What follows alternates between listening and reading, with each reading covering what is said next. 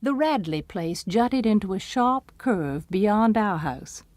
Walking south, one faced its porch. The sidewalk turned and ran beside the lot. The house was low, was once white with a deep front porch and green shutters, but had long ago darkened to the color of the slate-gray yard around it. Rain-rotted shingles drooped over the eaves of the veranda. Oak trees kept the sun away. The remains of a picket drunkenly guarded the front yard, a swept yard that was never swept, where Johnson grass and rabbit tobacco grew in abundance. Inside the house lived a malevolent phantom. People said he existed, but Jem and I had never seen him. People said he went out at night when the moon was down and peeped in windows. When people's azaleas froze in a cold snap, it was because he had breathed on them. Any stealthy small crimes committed in Macomb were his work. Once the town was terrorized by a series of morbid nocturnal events. People's chickens and household pets were found mutilated.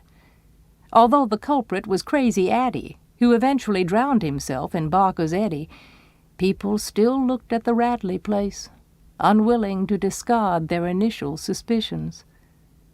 A Negro would not pass the Radley place at night. He would cut across to the sidewalk opposite and whistle as he walked. The Macomb school grounds adjoined the back of the Radley lot.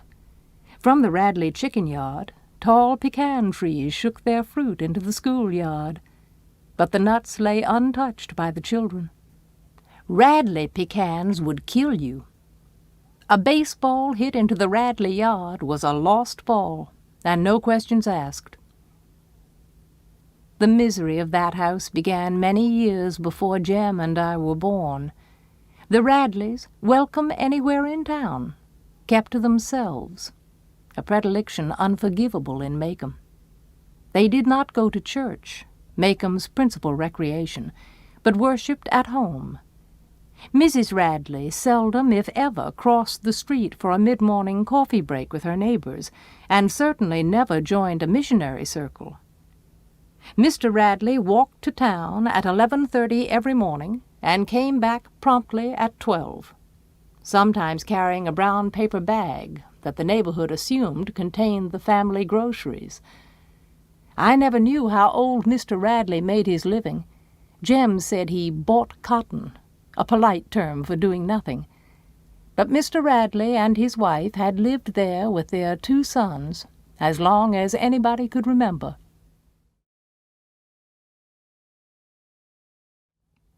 The shutters and doors of the Radley house were closed on Sundays, another thing alien to Macomb's ways. Closed doors meant illness and cold weather only. Of all days, Sunday was the day for formal afternoon visiting. Ladies wore corsets, men wore coats, children wore shoes. But to climb the Radley front steps and call, "Hey!" of a Sunday afternoon was something their neighbors never did. The Radley house had no screen doors. I once asked Atticus if it ever had any. Atticus said yes, but before I was born. According to neighborhood legend, when the younger Radley boy was in his teens, he became acquainted with some of the Cunninghams from Old Sarum, an enormous and confusing tribe domiciled in the northern part of the county, and they formed the nearest thing to a gang ever seen in Macomb. They did little, but enough to be discussed by the town and publicly warned from 3 pulpits. They hung around the barber shop.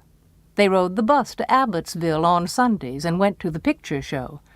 They attended dances at the county's riverside gambling hell, the Dew-Drop Inn and fishing camp. They experimented with stump-hole whiskey. Nobody in Macomb had nerve enough to tell Mr. Radley that his boy was in with the wrong crowd. One night, in an excessive spurt of high spirits, the boys backed around the square in a borrowed flivver, resisted arrest by Macomb's ancient beadle, Mr. Connor, and locked him in the courthouse outhouse. The town decided something had to be done. Mr. Connor said he knew who each and every one of them was, and he was bound and determined they wouldn't get away with it. So the boys came before the probate judge on charges of disorderly conduct, disturbing the peace, assault and battery, and using abusive and profane language in the presence and hearing of a female. The judge asked Mr. Connor why he included the last charge. Mr. Connor said they cussed so loud he was sure every lady in Macomb heard them. The judge decided to send the boys to the State Industrial School, where boys were sometimes sent for no other reason than to provide them with food and decent shelter. It was no prison, and it was no disgrace. Mr. Radley thought it was. If the judge released Arthur, Mr. Radley would see to it that Arthur gave no further trouble. Knowing that Mr. Radley's word was his bond, the judge was glad to do so.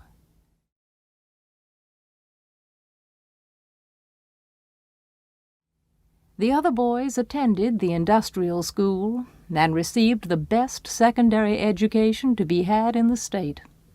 One of them eventually worked his way through engineering school at Auburn. The doors of the Radley house were closed on weekdays as well as Sundays, and Mr. Radley's boy was not seen again for 15 years.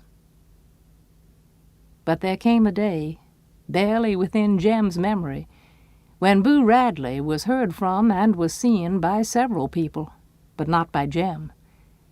He said Atticus never talked much about the Radleys. When Jem would question him, Atticus's only answer was for him to mind his own business and let the Radleys mind theirs. They had a right to. But when it happened, Jem said Atticus shook his head and said,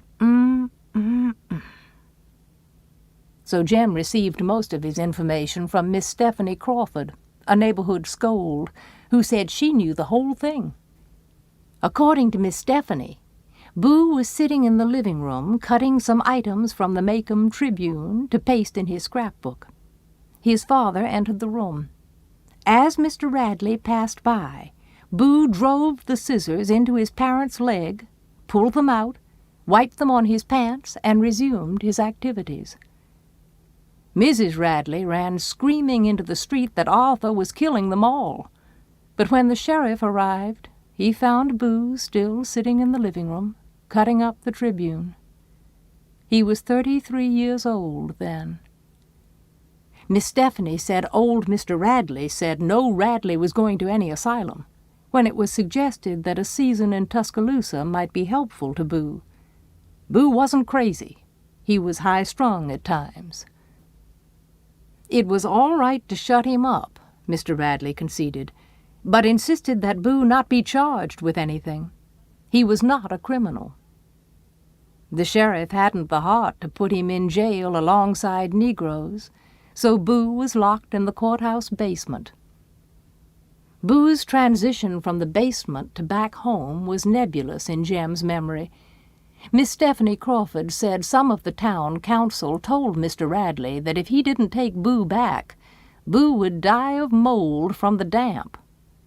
Besides, Boo could not live forever on the bounty of the county.